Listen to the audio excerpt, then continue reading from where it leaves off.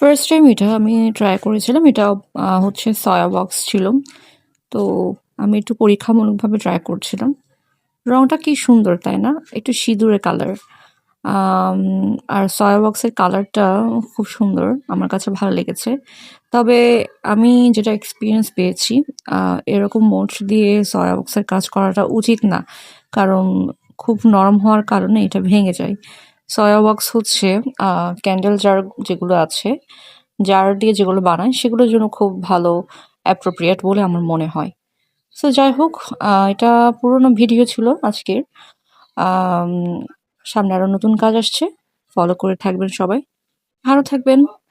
আর আমাকে ফলো করে যাবেন যাতে আরো নতুন, নতুন কাজ দেখতে পারেন। So bye all good people. আসসালামু আলাইকুম।